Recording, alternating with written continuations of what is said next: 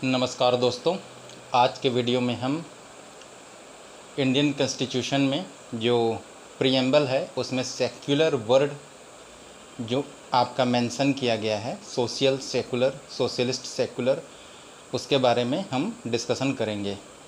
तो ये जो सेकुलर वर्ड है 1976 तक आपका कॉन्स्टिट्यूशन में नहीं था। 1976 में 42nd कॉन्स्टिट्यूशनल अमेंडमेंट होता है, उसमें ये वर्ड सेकुलर इंसर्ट किया गया। 42nd जो कॉन्स्टिट्यूशनल अमेंडमेंट है उसे अब तक का सबसे बड़ा संवैधानिक संशोधन कहा जाता है। इसे मिनी कॉन्स्टिट्यूशन भी कहते हैं। तो आइए समझते हैं सेक्युलर का मतलब क्या होता है। देखिए, ये यूरोपियन ओरिजिन है, यूरोप से ये आपका इसका ओरिजिन हुआ है सेक्युलर वर्ड का।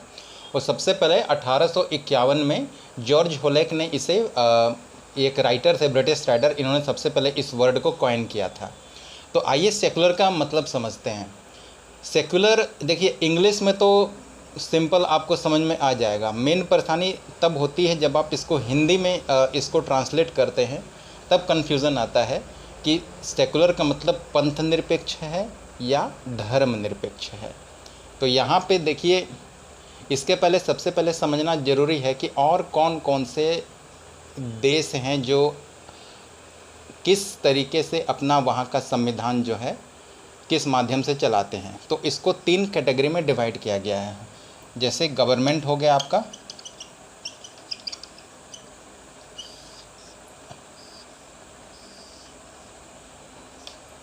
एक हो गया एथिस्टिक स्टेट,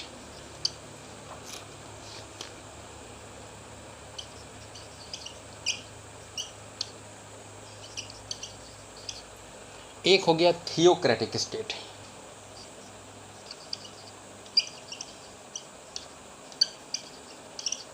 एक हो गया आपका सेक्युलर स्टेट।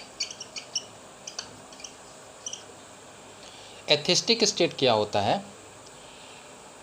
ये वो आप कह सकते हैं ऐसे वर्ग के लोग हैं, चाहे ऐसे देश हैं जहाँ पे निरीश्वरवाद कह सकते हैं। इनका मानना है कि ये बेसिकली ईश्वर में भरोसा नहीं करते, ईश्वर के अस्तित्व पे इनका मतलब ये है कि भरोसा नहीं है। बेसिकली ये भौतिकवादी और मानववादी लोग हैं, फिजिकल वर्ल्ड पे ये भरोसा करते हैं।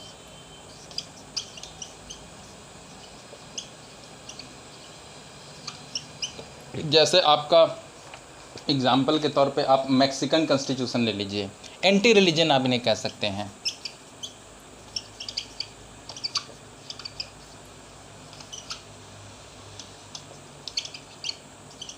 मैक्सिकन कॉन्स्टिट्यूशन जो आपका 1917 में बना था, आप कह सकते हैं वो एथिस्टिक स्टेट है। चाहे चाइना का, क्यूबा का, ये सब जो स्टेट हैं, ये जो देश हैं, ये आपका एथिस्टिक स्टेट की कैटेगरी में आते हैं।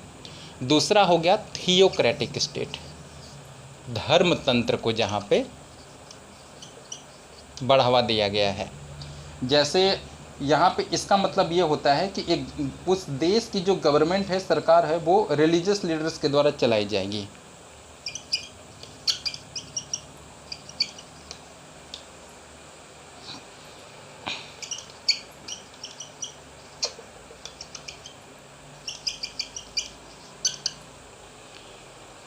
फॉर एग्ज़ाम्पल आपका वेटिकन सिटी हो गया, वहाँ पॉप ही सब कुछ है। जैसे आप नेपाल हो गया, नेपाल को आप एक थियोक्रेटिक स्टेट कह सकते हैं क्योंकि वो एक हिंदू स्टेट है। चाहे पाकिस्तान हो गया, कंबोडिया हो गया, ये बुद्धिस्ट स्टेट है। इनके आप कॉन्स्टिट्यूशन में ही पढ़ेंगे, ये बाकायदे लिख दिए हैं कि हम बुद्धिस्ट फेथ के हिसाब से मतलब बढ़ावा दे रहे हैं। चाहे सऊदी अरबिया हो गया, सऊदी अरबिया के कॉन्स्टिट्यूशन में ही लिखा गया है कि कुरान के हिसाब से जो भी होगा यहाँ पे फैसला किया जाएगा। इस्लामिक स्टेट है, हम इस्लाम को बढ़ावा दे रहे हैं, इस्लाम के अकॉर्डिंग सारे जो भी यहाँ पे जो भी आपका न्याय व्यवस्था होगी इस्लाम के अकॉर्डिंग होगी। तो ये थियोक्रेटिक स्टेट में आ गया। तो थियोक्रेटिक स्टेट का मतलब आप कह सकते हैं कि एक ऐसा सिस्टम है गवर्नमेंट का जहाँ पे भगवान के नाम पे वहाँ की गवर्नमेंट, वहाँ की संस्था रूल करते हैं, चाहे प्राइस्ट रूल करते हैं, जैसे वेटिकन सिटी में पॉप ही रूल करते हैं, प्रेस्ट रूल कर रहे हैं। बाकी यहाँ के इन सब देशों में गवर्नमेंट जो है, जो रूल कर रही है, वो भगवान के, उनके धर्म के अकॉर्डिंग रूल कर रही है, पंथ के अकॉर्डिंग रूल कर रही है। धर्म का मतलब तो अलग अलग हो गया। धर्म का अगर बहुत ही ज़्यादा विस्तार है, अगर धर्म को देखेंगे, धर्म अगर ये है तो इसमें पंथ, आपका धर्म के अंदर आपका पंथ आ जाता है। धर्म का मतलब जैसे आग है, आग का धर्म क्या है? जलाना। पानी का धर्म क्या है? प्यास बुझाना। या फिर बर्फ़ का धर्म क्या है? एक टीचर का धर्म क्या है? पढ़ाना स्टूडेंट्स को। पुलिस का धर्म क्या है? जो भी गलत हो रहा है उसे, मतलब अगर कोई गलत काम कर रहा है तो उसको मतलब अरेस्ट करना, रिमांड पे ले जाना। इस तरीके से धर्म की अलग अलग व्याख्या हो गई आपकी। धर्म भक्ति से भी जुड़ा है, भक्त का धर्म है भगवान की भक्ति करना। लेकिन बात जब पंथ की होती है तो ईश्वर के अस्तित्व को स्वीकार तो किया जाता है, लेकिन ईश्वर तक पहुंचने का जो मार्ग होता है, अलग अलग मार्ग बताए गए हैं अलग अलग धर्मों में, और उस मार्ग को ही पंथ कहा जाता है। तो सेक्युलर का मतलब क्या होता है यहाँ पे? सिंपल अगर तरीके से कहा जाए, neutral and impartial towards religion.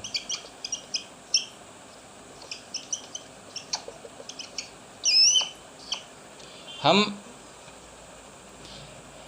Public affairs को लेके, चाहे सिविक अफेयर्स को लेके, पब्लिक अफेयर्स हो चाहे सिविक अफेयर्स हो, हम धर्म के प्रति किसी भी प्रकार का पक्षपात नहीं करेंगे।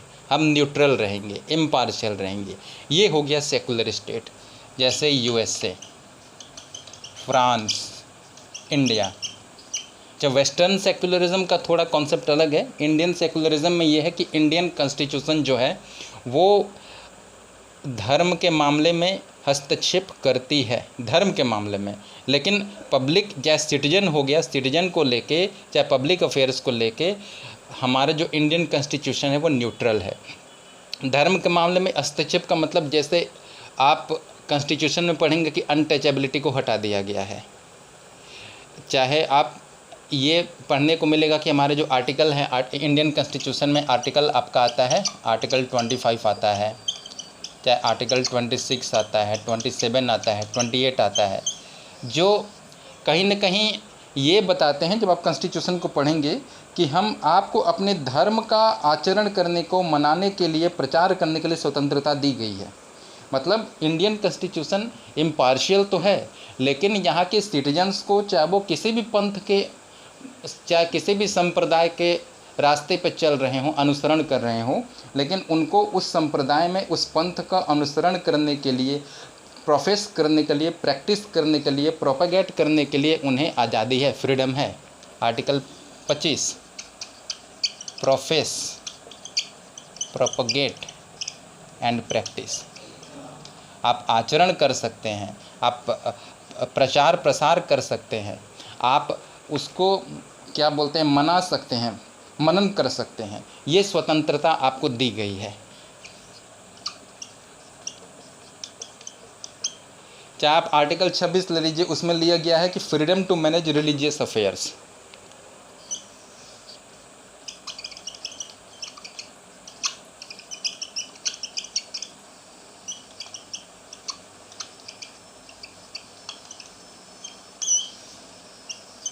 आपको रिलीजियस अफेयर्स को मैनेज करने के लिए फ्रीडम है।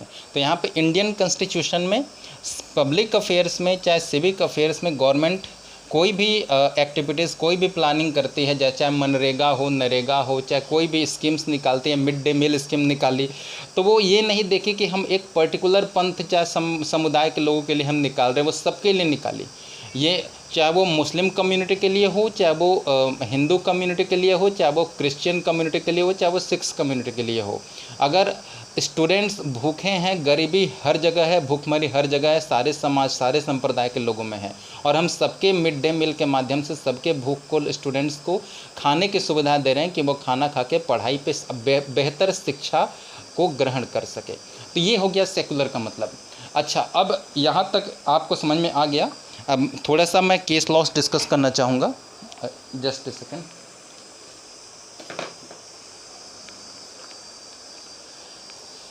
देखिए 1976 में इसे इंसर्ट किया गया था, लेकिन उसके पहले भी कुछ केसेस ऐसे आए जहाँ पे सुप्रीम कोर्ट ने खुल के एक तरफ से अपने जजमेंट में ये बात को स्वीकार किया कि इंडिया जो है एक सेक्युलर स्टेट है।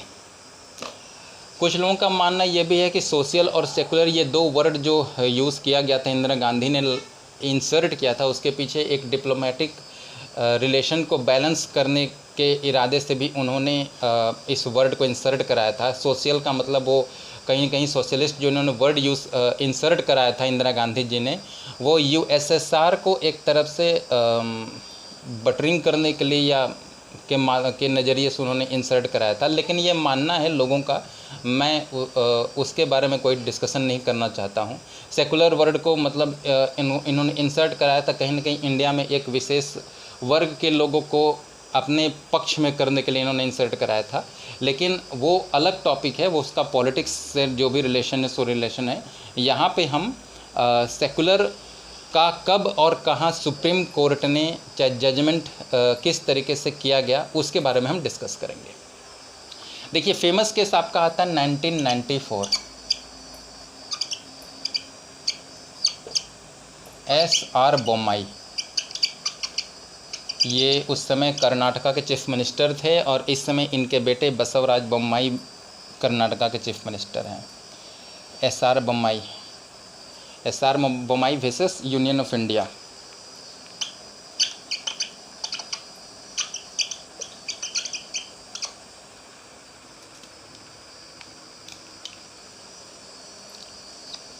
इस केस में जो सबसे बेस्ट जजमेंट ये आया था कि इसमें सुप्रीम कोर्ट ने एक चीज़ खुल के कहा था कि secularism has been held to be the basic feature of constitution.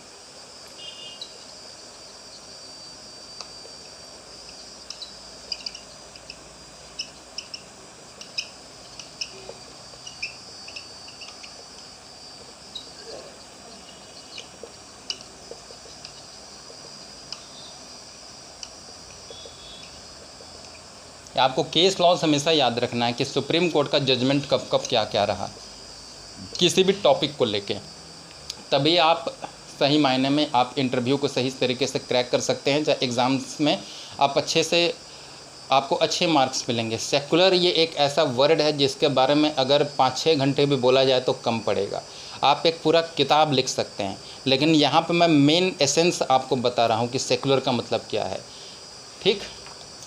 और इसी जजमेंट में एक्चुअली जजेस का ये क्या नाम था कि we are establishing the fact that India was secular since the formation of Republic.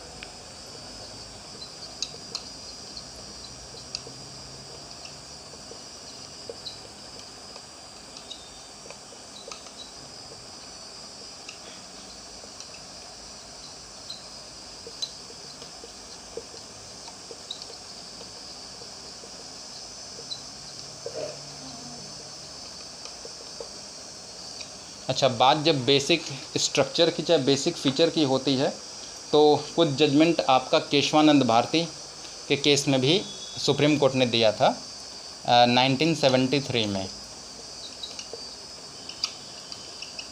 Keshavananda Bharati, state of Kerala. Justice Khanna इसमें जो अपना ओपिनियन दिए थे उसके बारे में डिस्कस करूंगा। जस्टिस खन्ना, हालांकि ये 13 जजों की फुल बेंच, केशवानंद भारती का जो केस है ये अब तक का सबसे बड़ा केस है भारत के संविधान के इतिहास में, और 13 जजों के बेंच ने बैठ के फैसला सुनाया है और ऐसा कोई लॉ नहीं है जिसमें केशवानंद भारती के केस का जिक्र नहीं आता है। इस केस में केशवानंद भारती भले ही हार गए लेकिन संविधान जीत गया था। इसलिए किसी भी केस में, केस लॉस में हम केशवानंद भारती के बारे में ज़रूर थोड़ा बहुत जिक्र करते हैं। तो इसमें जस्टिस खन्ना ने ये कहा था कि state shall not discriminate against any citizen on the ground of religion only, कि कोई दी स्टेट का मतलब होता है देश, पूरा इंटायर कंट्री। आप स्टेट जो पढ़ते हैं इसका मतलब ये नहीं, जो यूपी हो गया, उड़ीसा हो गया, मध्य प्रदेश हो गया, ये एक प्रांत है। लेकिन जब प्रोविंशियल स्टेट हैं, लेकिन जब बात पूरे स्टेट की आती है तो इंडिया एक यूनियन ऑफ स्टेट है। दी स्टेट का मतलब ही होता है कि इंडिया, पूरा country. The state shall not discriminate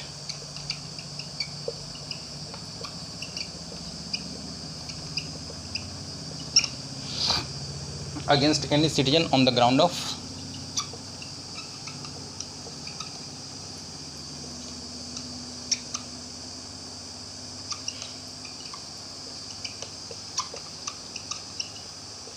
religion. ये आपका 76 से पहले जो आपका जजमेंट हुआ था उसमें है, जस्टिस खन्ना ने बताया था, जो इनकी इनडायरेक्टली ये बताता है कि इंडिया एक सेक्युलर स्टेट है। बाकी इंदिरा गांधी नेहरू वर्सेस राजनारायण के केस में भी जजेस ने, सुप्रीम कोर्ट का ये एक जजमेंट था, 1975 की बात है। इंदिरा गांधी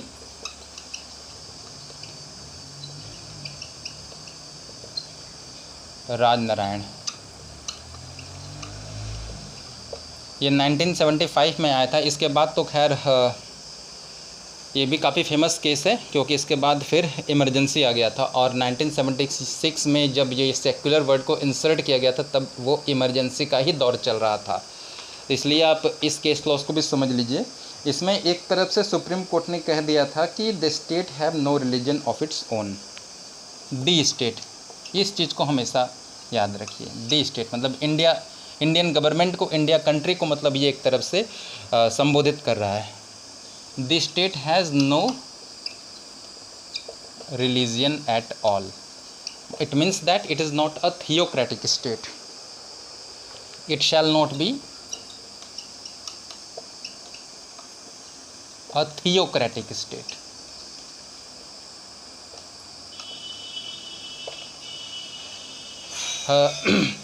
तो दोस्तों ये हो गया। इसका मतलब ये है कि सेकुलर का मतलब ये है कि हम ईश्वर के अस्तित्व को मानते हैं। एक अदृश्य शक्ति है जो इस पूरे ब्रह्मांड को चला रही है, लेकिन हम ईश्वर के अस्तित्व के लिए किसी विशेष पंथ का हम जो है पक्ष नहीं ले रहे हैं। यही है सेकुलर। हम सारे पंथों के प्रति, जो भी पंथ हैं जो परमात्मा तक एक व्यक्ति को ले जाता है, हम उस पंथ के प्रति न्यूट्रल हैं अपने ओपिनियन में। इंडिया न्यूट्रल है, लेकिन इंडियन गवर्नमेंट हो, चाहे यहाँ की जुडिशरी है, कहीं ना कहीं इंटरफेरेंस है। जब आप आर्टिकल्स को पढ़ेंगे, चाहे 25 से लेकर 28 तक है, चाहे अनटचेबिलिटी को हटाना हो, आपका आर्टिकल 18 हो गया, चाहे आप किसी भी कास्ट सिस्टम को हटाना हो, तो वहाँ पे आप देखेंगे कि इंडियन गवर्नमेंट डायरेक्टली एक तरफ से इन्वॉल्व है। चाहे अभी आप ज्ञान व्यापी का जो अभी आप देख रहे होंगे, न्यूज़ में सुनने को आ रहा होगा, विश्वेश्वर भगवान शंकर का, तो दोनों पक्ष के प्रति जो सुप्रीम कोर्ट है, जो हमारी जुडिशरी है, वो बहुत ही एक बैलेंस्ड अप्रोच रखी हुई है।